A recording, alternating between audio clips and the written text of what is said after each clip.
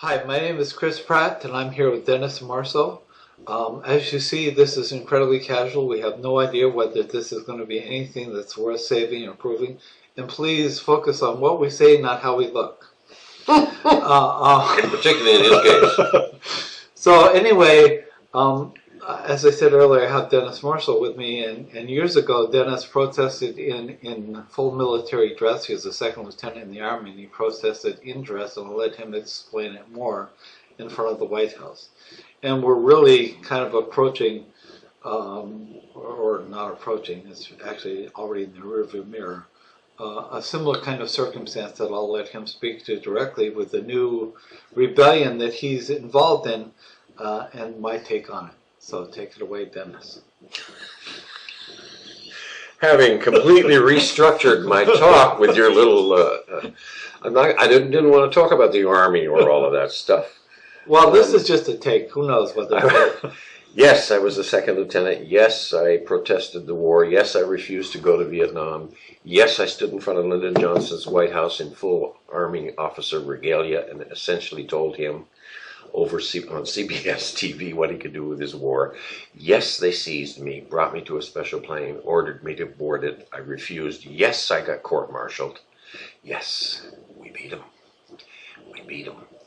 My orders were gone. I was allowed to resign, and I got out under honorable conditions. Yep, negotiated that. That happened. That was sort of, I was 26 years old, young fellow. And a little lighter then.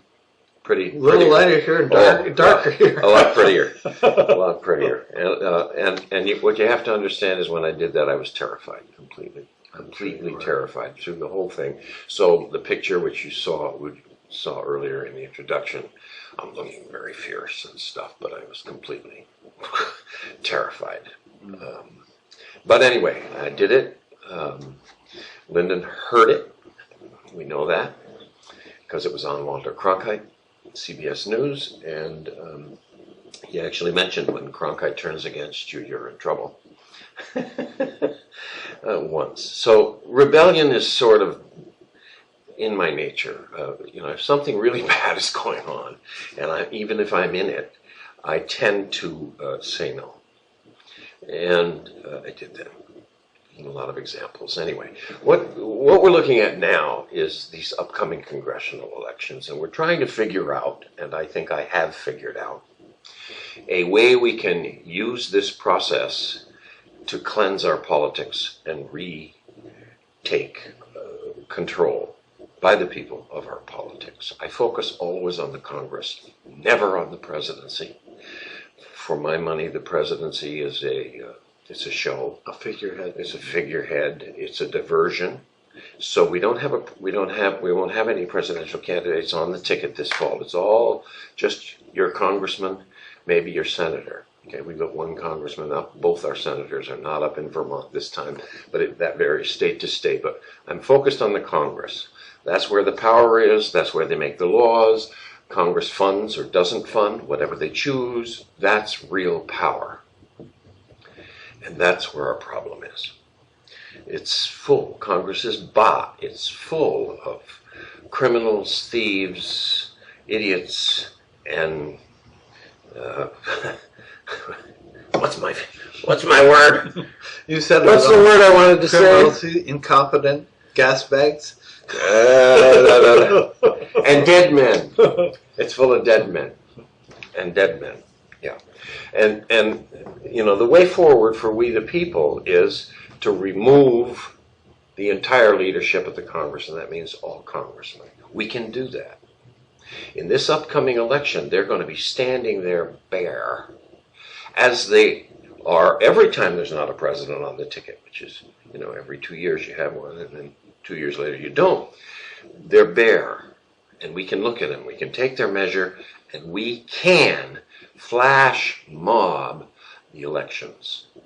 I know most of you know what flash mob means. We can, via our internet connectivity, all of us, nationwide, can put the word out and flash mob these congressional elections. Here's what you got. In almost every race, You have a Democrat and a Republican, and then you have some other parties. Okay? If the goal is, and I suggest it should be, to take out all incumbents, get them all out, that's the single thing we need to accomplish. Forget about who's coming in. We want to get everybody who's in there out. In other words, that is a term limit. Term limits are elections. That's the only way you'll ever get term limits. You have to throw them all out. You've got term limits. If you don't, you don't. How do you do it? You vote for the other guy. If you were going to vote for the incumbent Democrat, don't do that. Vote for the Republican, because he's the one who's likely to beat that Democrat. If you were going to vote for your incumbent Republican, don't do that. Vote for the Democrat, because he's the one who's going to throw your guy out. Throwing them out, kicking them all out. There's a website, Kick Them All Out. I used to be a partner in that. Fire Congress is my label. Kick them all out.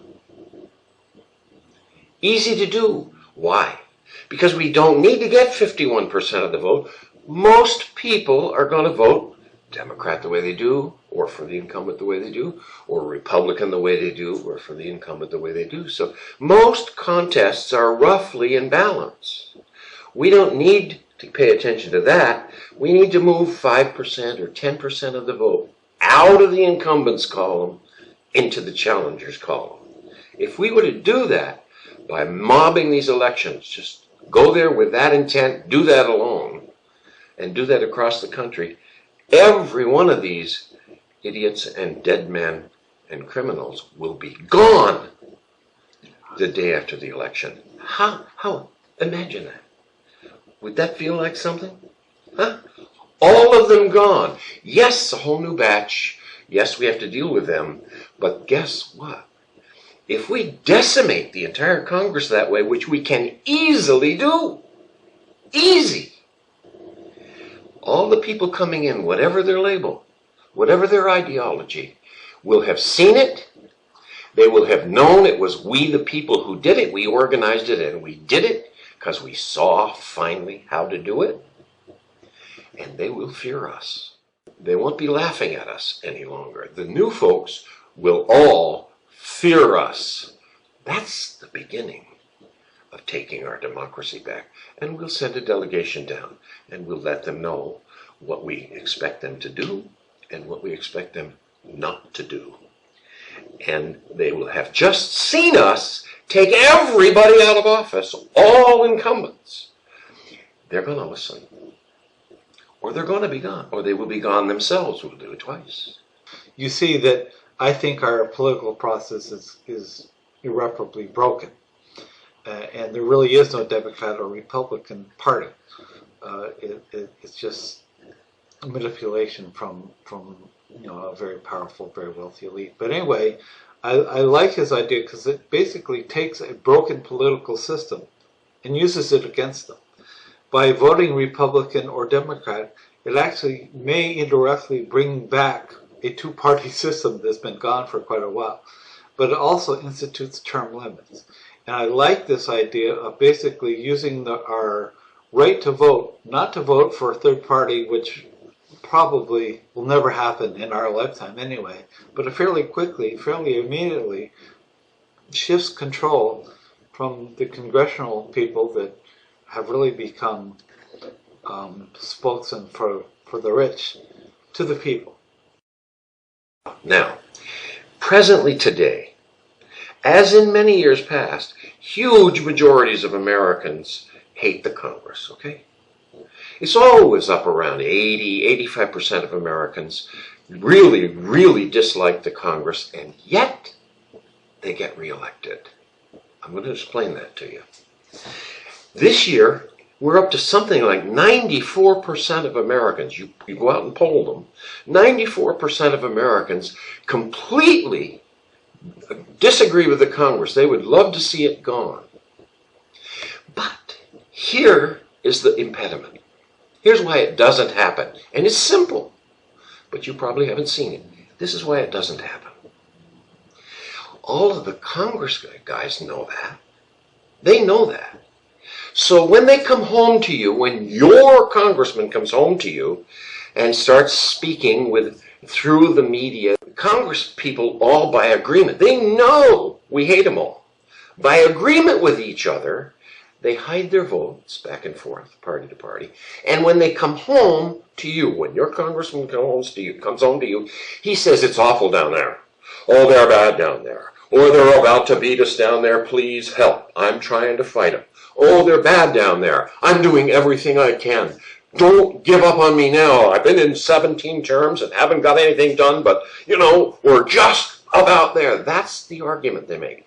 And so people, you, hearing your congressman say that, naturally you have an impression, he sees what I see. He sees that they're bad down there. He must be a good guy. Ah, my guy's a good guy. My guy's one of the rare ones. It's all those other congressmen who are expletive deleted. But my guy is one of the rare ones. Guess what? They think that in every single congressional district across the country because the guys come home and lie to you. Your guy comes home and bald-faced lies to you that he's trying to fight the bad Congress. That is a goddamn lie. I can prove it in every case. Send me his name. I'll show you. He's a liar. Get them all gone. You get them gone by taking a vote away from them and giving it to the strongest opponent. And that's usually Democrat for Republican, Republican for Democrat, which completely disrespects both parties. And that's what we want to do. We want them gone. Thanks. Did you say gone?